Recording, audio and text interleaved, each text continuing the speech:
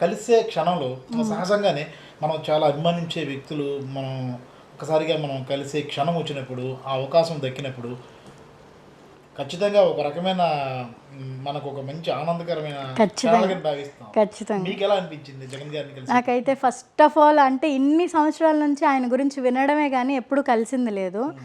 కానీ వన్స్ నేను అంటే రాజకీయాల్లోకి వద్దాం అనుకొని ముందు రోజు అనుకున్నాను. తర్వాత రోజు అసెంబ్లీ మీటింగ్స్.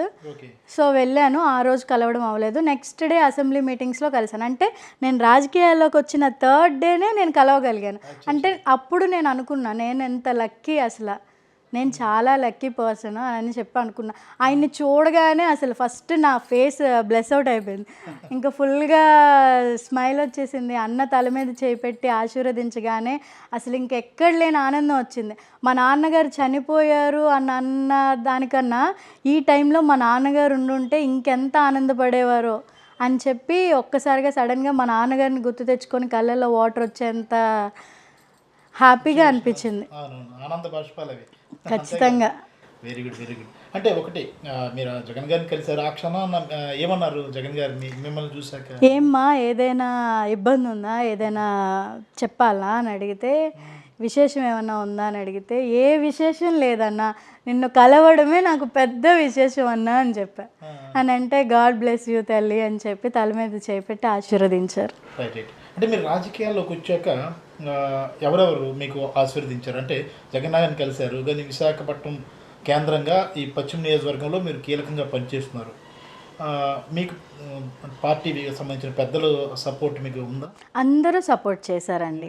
జగన్ గారి కోసము కష్టపడే పర్సన్ ఎవరైనా సరే ఉన్నా కూడా పార్టీ సపోర్ట్ చేస్తుంది, పార్టీలో ఉన్న మనుషులు కూడా సపోర్ట్ చేస్తారు 100%.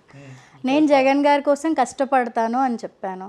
సో ఖచ్చితంగా నన్ను సపోర్ట్ చేసే వాళ్ళే తప్ప నన్ను ఇబ్బంది పెట్టే వాళ్ళైతే ఎవరు లేరు. Right, right. అంటే ఈ ఎన్నికల సమయంలో మీ పేరు ఒకటి ప్రస్తావనకు వచ్చింది.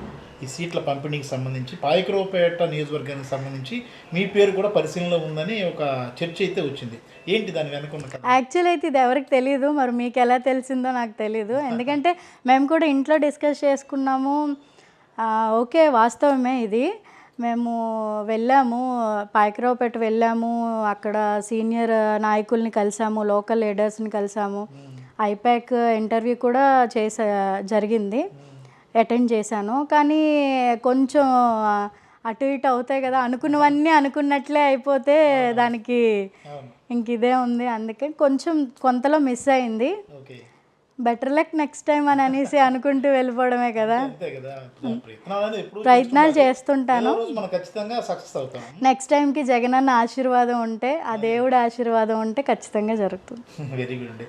అంటే ఇప్పుడు ఇవన్నీ మనం చూసుకున్నాం, రాజకీయాల్లోకి వచ్చారు, మీరు చాలా యాక్టివ్గా పనిచేస్తున్నారు. పశ్చిమ నియోజకవర్గంలో ఈ ప్రాంతాల్లో గట్టి పట్టు సాధించేలా కృషి చేస్తున్నారు. నిజంగా అది కనిపిస్తుంది.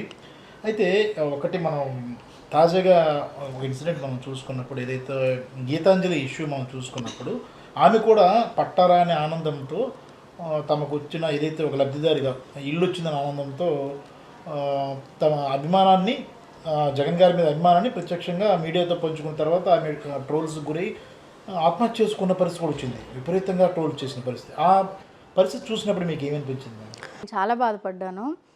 అంటే ఆమె పొందిన దాన్ని, ఆమె ఏదైతే లబ్ధి పొందిందో ప్రభుత్వం నుంచి, దాన్ని ఆమె అంత ఆనందంగా వ్యక్తం చేసిన పాపానికి, అంటే ఆమె ఆనందపడిన దాన్ని చెప్పేదానికి ఈ రోజున మొత్తము టీడీపీ వాళ్ళు, జనసేన వాళ్ళు వీళ్ళంతా కూడా లేనిపోని అసభ్యకరమైన కామెంట్స్ చేసి, ఒక ఆడపిల్ల తనంతట తాను ఆత్మహత్య చేసుకునేలా ప్రేరేపించి మరీ చంపేయడం అనేది అది అస్సలు నేనైతే యాక్సెప్ట్ చేయనండి.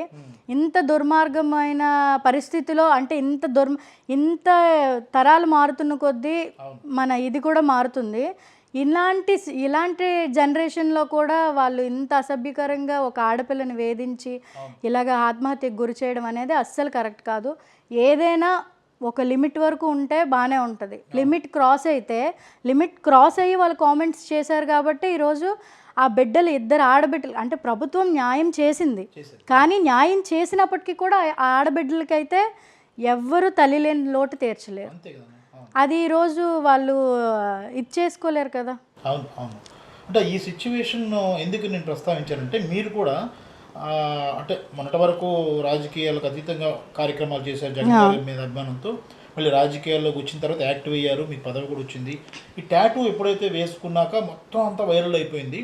చాలామంది మీకు కూడా అలాంటి పరిస్థితులు ఏమైనా ఎదురయ్యాయా అనే అనుమానంతో మీకు అడుగుతున్నాను. ఆ పరిస్థితులు ఎదురయ్యాయి మీకు? ఎదురయ్యాయండి, ఎదురయ్యాయి. పాజిటివ్ కామెంట్స్ ఒక 60-70 వరకు వస్తే అందులో 30% నెగిటివ్ కామెంట్స్ కూడా ఉంటాయి ఆబ్వియస్లీ. అంటే అవి కూడా ఆపోజిషన్ వాళ్ళు ఎలాగో ఒకలాగా పెట్టాలి, ఏదో ఒకటి చేయాలి, ఏదో ఒకటి అనాలి, తిని ఇంట్లో కూర్చోలేక మాట్లాడిన మాటలు అవన్నీ పట్టించుకోవాల్సిన అవసరం ఈరోజు నాకు లేదు నిజంగా చెప్పాలంటే. ఎందుకంటే వాట్ ఐఎమ్ అన్నది నా భర్తకి తెలుసు, నా పుట్టింటి వారికి తెలుసు, నా అత్తారింటి వారికి తెలుసు. సో ఇలాంటి పిచ్చి పిచ్చి కామెంట్స్కి భయపడి బెదిరిపోయి ఏదో చేసుకునేలా అయితే ఆ టైప్ అయితే నేను కాదు. చూడటానికి మాత్రమే సాఫ్ట్గా కనిపిస్తాను. కానీ మా నాన్నగారు చిన్నప్పటి నుంచి ధైర్యంగా పెంచారు. అలాగే ఈరోజు నా భర్త కూడా నన్ను ధైర్యంగా ముందు అడిగేయమని చెప్తున్నారు. సో వీళ్ళంతా నాకు సపోర్ట్ ఉన్నప్పుడు వాళ్ళు అన్న మాటలకి భయపడాల్సిన అవసరం అయితే నాకు లేదు. అంటే మరో గీతాంజలి చేద్దామని ప్లాన్ చేశారు. ఖచ్చితంగా ధైర్యంగా దాన్ని ఎదుర్కొన్నారు. ఖచ్చితంగా. అంటే గీతాంజలి లాగా అంటే కామెంట్స్, నెగిటివ్ కామెంట్స్ ఆడపిల్లల మీద చేస్తే బాధపడతారు. ఇప్పుడు ఆడపిల్లకి సంబంధించినంత వరకు క్యారెక్టర్ మీద దెబ్బ కొడితే ఎవరైనా సరే అమ్మో నా క్యారెక్టర్ గురించి మాట వస్తుంది అని చెప్పి భయపడి ఇంట్లో ఉండిపోవడము లేదా చనిపోవడము ఇలా ఏదో ఒకటి చేస్తారు అని. అంటే వాళ్ళ ఉద్దేశం అక్కడ ఏంటి? ఆడపిల్లల్ని ఇంటి నుండి కాలు బయట పెట్టకూడదా? అంటే ఆడపిల్ల బయటకు వచ్చి తిరగకూడదు. ఈరోజు వాళ్ళ మహిళలకి ఇస్తున్న గౌరవం ఏంటి అసలు? అలా చేద్దామని వాళ్ళ ప్లాన్. కానీ గీతాంజలి అలా చనిపోయే వాళ్ళే కాదు, నాలా ఎగిరి తన్నే వాళ్ళు కూడా ఉంటారు. వెరీ గుడ్ అండి, అలాగే ఉండాలి ఖచ్చితంగా. ఏంటి గీతాంజలి ఇష్యూ, ఎందుకంటే ఈ ఇష్యూ నా దృష్టికి వచ్చింది కాబట్టి మీకు అడిగాను.